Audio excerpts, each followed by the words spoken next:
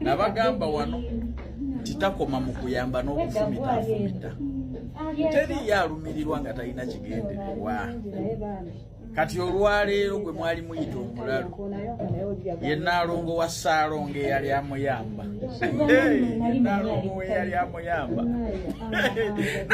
Kati my word is very well. Kati mbagamba era ndagulira wano. Mama King Shiba saawa yonna ayajja kubaweza. Naye nga muddusa mutya King Shiba mutuuka okumukweka mbu agenze butabika. Naye nga mukimanya ali lubuto lukulu. N'ogaana n'okulabirira. Oli kuno weererejja. Aha. Musajja munnange wakikoze. Nagamba ezo enjaga gye mutajja ku mitwe eyo. Naga wali maama n'omwana, wali omwana ne maama. Naye enjaga gye mutajja ku mitwe. Wakikoze.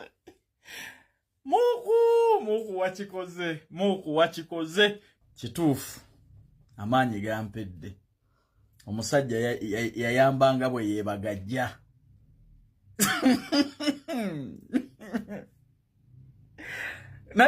The government mutaase namukadde ono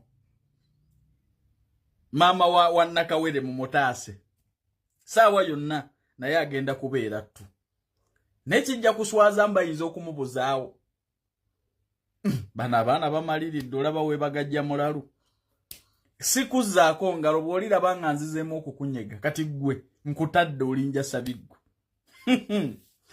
Ayagala okugenda okugezesa emikisa gye emitala w'amayanja aba Star Favor Uganda Limited emirimu baba nagyo. Oyagala kukola nga Kirina oba waitress oba waiter oli mwana wa buwala oba wa bulenzi bwe banoonyeeko bunoonya ku noti 7 noti 67 26 kasente kooteekamu nga visa kuli mu ngalo egala kukolerako mu ggwanga lya Qatar oba Kuwait oba Saudi Arabia.